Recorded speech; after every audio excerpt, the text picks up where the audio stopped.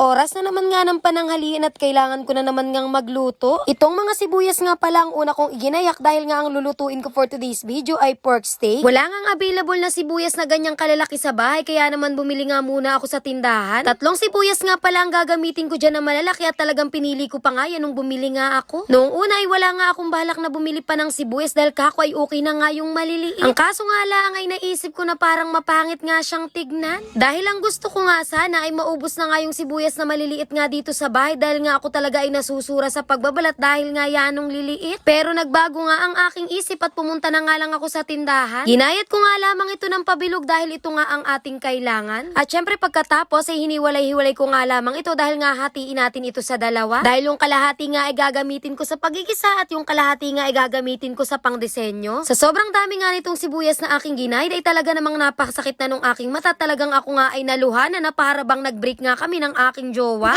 Natapos ko na nga gayatin yung mga sibuyas kaya naman kinuha ko na nga itong aking binabad na mga karne. Kagabi ko pa nga ito binaba dahil nga kagabi rin namin ito binili. Pagkalinis ko nga nito mga binili naming karne ni Alilin kagabi ay diniretso ko na nga ito sa pagmamarinate. Nang kako para bukas ay iluluto na nga lang at para nga siya ay maging mas malasa. Binabad ko nga lamang ito sa toyo, kalamansi at naglagay din ako dito ng paminta at naglagay din ako ng kaunting oyster sauce. Nilamas-lamas ko nga lang ito ng kaunti at pagkatapos ay naglagay na nga ako ng langis dito nga sa aking kawaling paglulutuan. Nung mainit na nga yung langis na aking inilagay dito sa kawali ay agad-agad ko na ngang inilagay itong ating mga karne na kailangan ngang iprito. Inintay ko nga lamang na maging ganyan nga yung kulay ng ating mga karne at pagkatapos ay inahon ko na nga rin. Dahil sa pagluluto nga nito ay hindi naman kailangan na talagang lutong-luto nga itong mga karne natin dahil nga lulutuin pa natin ito mamaya. Inahon ko na nga yung kawali at naglagay nga ako ng panibagong langis. Nung mainit na inilagay ko na nga dito yung sandamukal na sibuyas na ginayat ko nga kanina. Dahil kapag ganito ang luto ay talagang mas masarap nga kapag talagang mas marami ang sibuyas. Nung lumabas na yung aroma sa ginigisa nating sibuyas ay inilagay ko na nga dito yung mga iniprito nating karne kanina. At syempre inilagay ko na nga rin pala dito yung mga tirang sangkap doon sa pinagmarinata natin kagabi. Dahil ito na rin ang magsisilbing pampalasa dito nga sa ating niluluto. Pagkatapos kung mabaliktad yung ating mga karne ay tinakpan ko nga lang ito bahagya para nga lumambot. Dahil sabi ko nga sa inyo kanina ay hindi pa nga sapat yung pagpiprito nga lang natin kanina dahil hindi pa nga yun masyadong luto.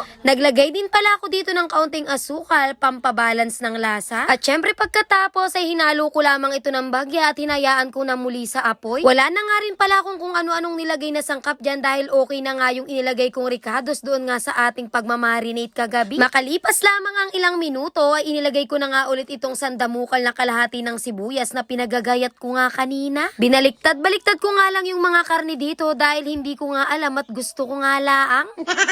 Aahunin ko na nga ito sa apoy dahil nga mas masarap kapag nga mas malutong pa nga itong mga sibuyas na huli nating inilagay. Sa mga oras na ito ang nasa isip ko nga laang ay talagang napakaswerte nga ng aking magiging asawa. Dahil araw-araw ay ako mismo ang magluluto ng mga gusto niyang pagkain at talagang ipinapangako ko na hindi siya kakain ng pagkain na galing sa karinderya. Kaya sa jowa ko dyan, bahala ka ha kung sasayangin mo yung ganito kagaling magluto. Nang makatapos nga akong magluto ay kumain na nga ako agad-agad at naligo nga ng mabilisan. Dahil ngayong araw ay meron nga akong schedule sa dentista at kailangan ko na nga magpalinis ng ngipin. Dahil hindi naman pwede na masarap ka lang magluto tapos mabaho naman yung hininga mo. 1 taon na nga yung nakalipas nung huli akong nagpalinis ng ngipin kaya naman kailangan ko na nga talagang magpalinis. Hindi pa naman ganun kabaho yung aking bagang pero ayoko nang intayin na bumaho pa. Pagkatapos ng 20 minutos ay nandito na nga ako sa clinic na aking pagpapalinisan ng ngipin. 11:30 nga yung aking schedule pero alas 12 nga ako dumating. Alas 9 nga ng umaga ay nagchat na nga sa akin itong sekretary ni doktora na pwede na nga raw akong pumunta ng 8:30. Pero dahil busy nga ako kanina sa pagluluto kaya naman hindi ko nga nabasa yung chat kaya naman kako ayun sa tamang schedule ko na nga lang ako pupunta. Siguro nga ay may nag-cancel ng schedule kaya nga mas maagap nga akong pinapapunta dito. Wari ko nga ay natitiis pa niya yung baho nung kanyang bagang. Charot! Pagdating ko nga dito ay inabutan nga agad ako nitong hairnet. Hindi pala hairnet ito kasi hindi naman siya net. Siguro ay hair cap. Pagkatapos ay binipihan nga muna ako para nga makuha yung aking blood pressure at pagkatapos ay pinapasok na nga ako dito sa loob kay doktora. Sa mga oras na ito ay tapos na nga linisan ang ngipin ko dito at ini-explain na nga lang ni doktora kung paano nga ako magtututbrush. At sa mga oras na ito ay pwede ko na nga ring hingahan ang kahit na sinong tao na makakasalubong ko sa daan.